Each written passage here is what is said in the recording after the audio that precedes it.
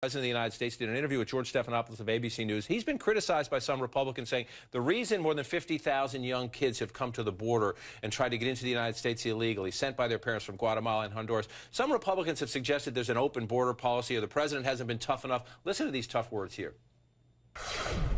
Our message absolutely is don't send your children unaccompanied on trains or through a bunch of smugglers.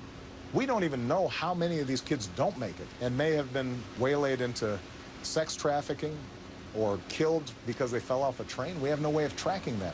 So that is our direct message to the families in Central America. Do not send your children to the borders.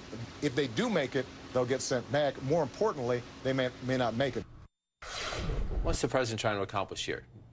They're trying to stem this influx, and I think this took them by surprise. And you've seen them try to tighten other parts of their immigration policy. They've also postponed some plans to loosen the policies a little bit.